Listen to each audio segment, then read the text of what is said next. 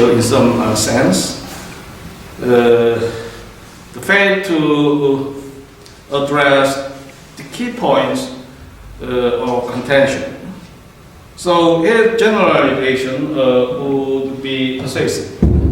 Two points we raised: ambiguities and oversimplification. So the political scientists would exercise a kind of fallacy, intellectual fallacy, that they would dump the issue in high ambiguities, no insight into the details of public administration would often not be proposed, or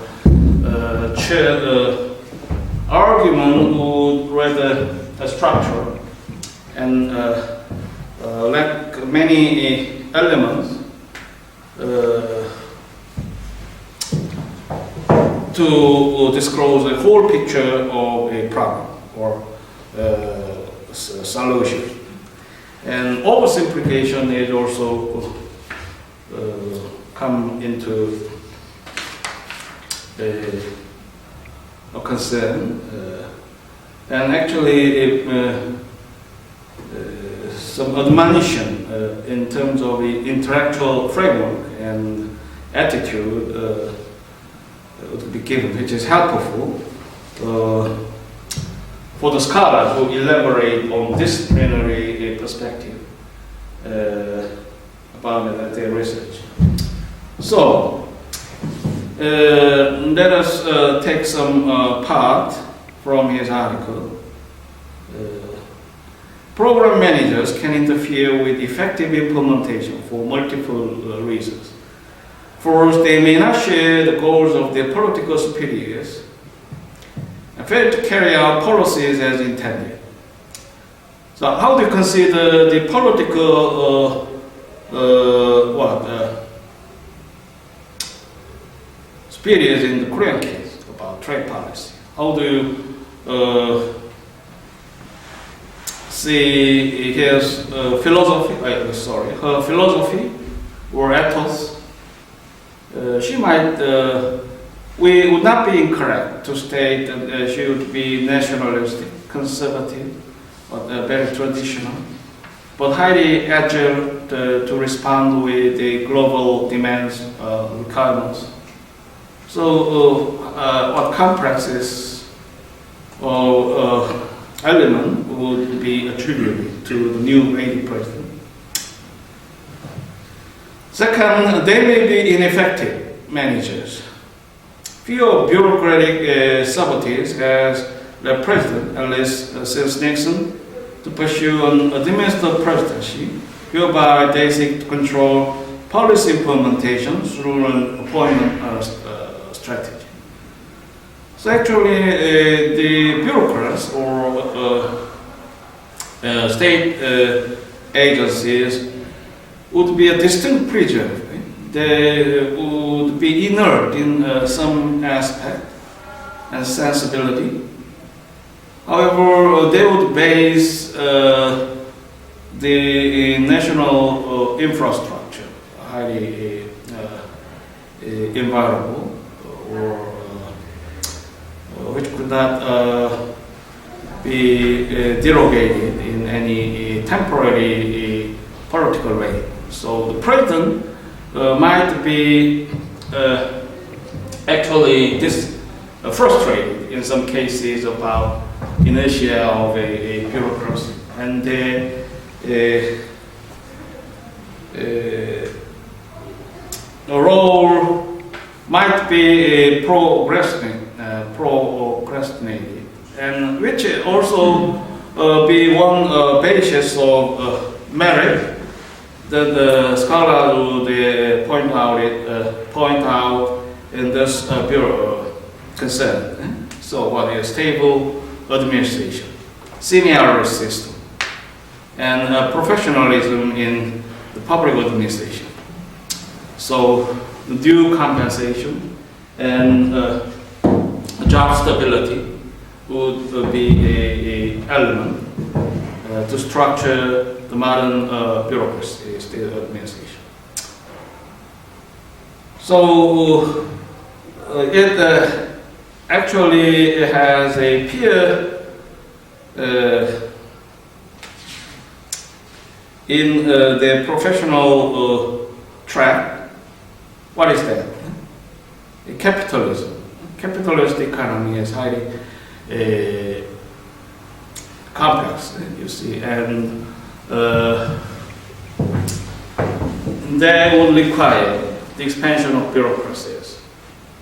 We have many public reasons to intend public health, you see, in some cases national security would not be administered in the past concept or paradigm. So technology was a new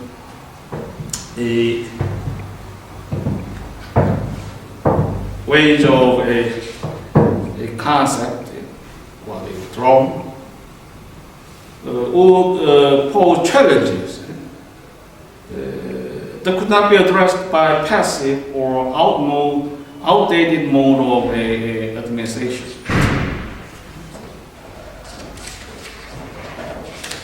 This has led to both to an increasing number of managers and increasing number of political appointees among managers in the executive branch.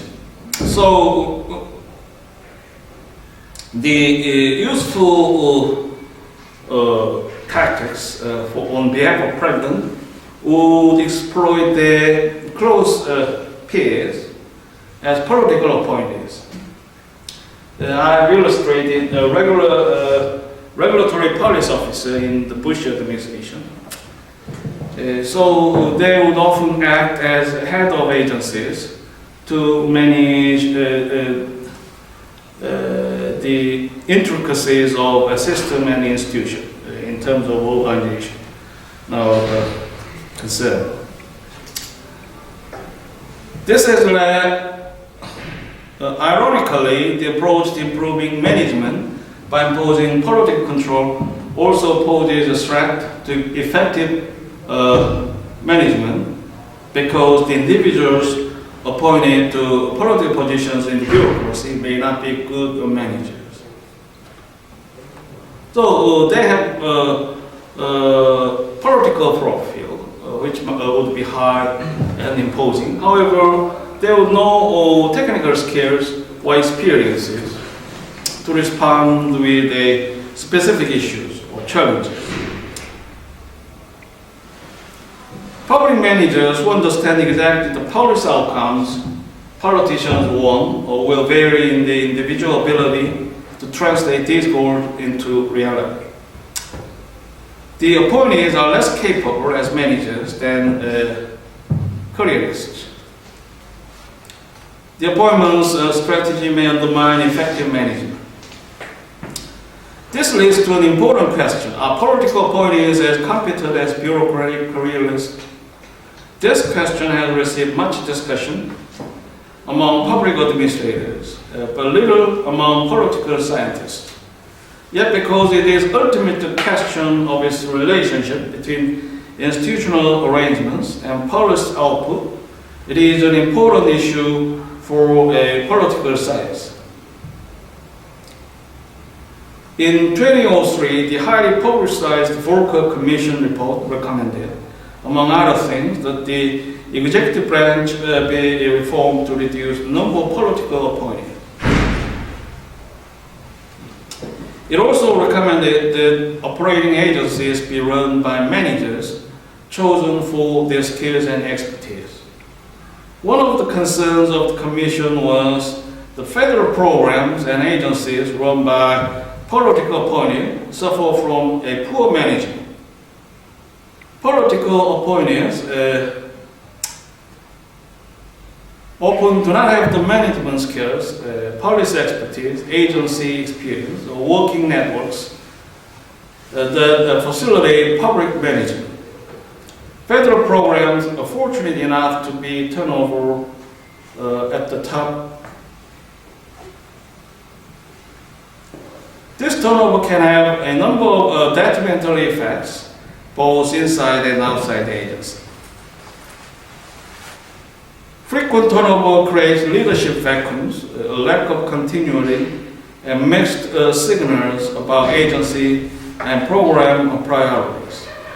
Turnover also disrupts working relationships among functionally related agencies and programs achieved through inter-agency and intra-agency working groups. Volcker Commission is not alone in noting the potential harms the large number of political appointees can have on management. This year, Congress has held hearings on the possibility of reducing the number of political appointees, and last session, Congressman Bill Luther introduced legislation to cap the number of political appointees, requiring Senate confirmation. According to the Office of Management and Budget, political appointees administer some federal programs, and senior executives, either career or non-career, run the vast majority of the rest. Despite claims the programs run by political appointees are worse off than programs run by managers drawn from the senior executive office, there is no consequence that this is the case.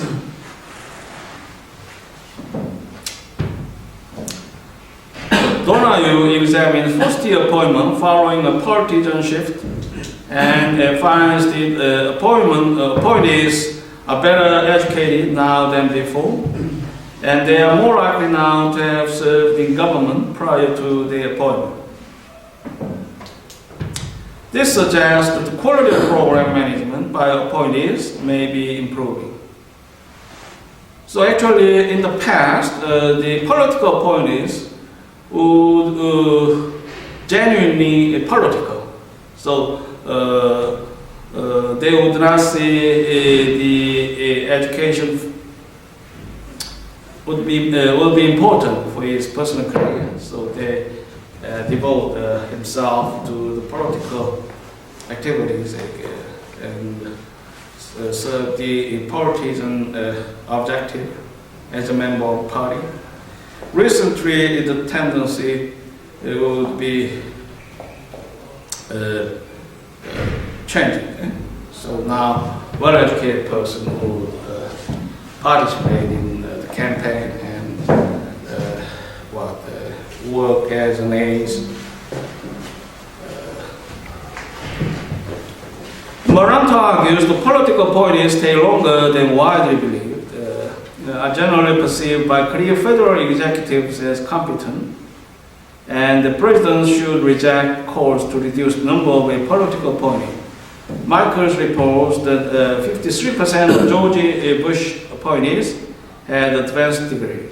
49% had previously managed a budget larger than $1 million, and 25% were older than the age of 50. Each suggests the political appointees might be more competent than widely perceived. Others are more dubious of the relative quality of management by careerists. Bynes and Neal argue that the antiquated federal personnel system has recruitment, retention, and ultimately the quality of the career service. So we often consider the careerists the serving. However, that also could depend on case-by-case basis. They suggest the problem is only going to get worse as the aging working force prepares to retire. Bob knows the career civil service systems can promote secrecy, inertia, elitism, and insularity that hamper performance, and argues that the system of having several thousand appointees counteracts inertia, ensures an influx of new ideas, and keeps government in touch with a variety of interest groups and constituencies.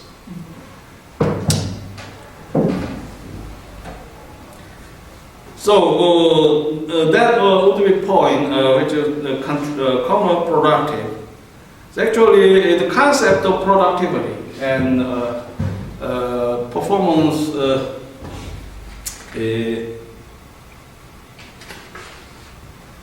would actually seen as important.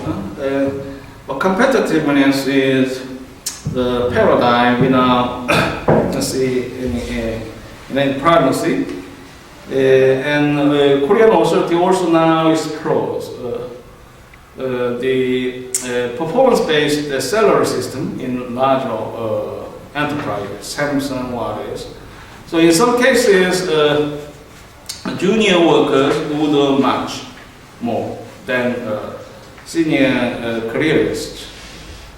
So the concept in this framework would make an impact, you see, in terms of public administration and private management, and comes in close twins. And also another factor is working through the assessment of public organization and their performance. Unfortunately, there is little empirical evidence to arbitrate between competing views of political appointee management. One difficulty with assessing comparative management competence is disagreement about what competent management is. For administrative officials, for example, an important component of good management is responsiveness to the policy program of the chief executive. This aspect of good management is less important to members of Congress or public administration scholars. So I stated in the first class about stakeholders. So the administrations and the fourth branch would be structured in the constitutional framework. So most close peer or authority would be a chief executive, president. They would be more immediately responsible to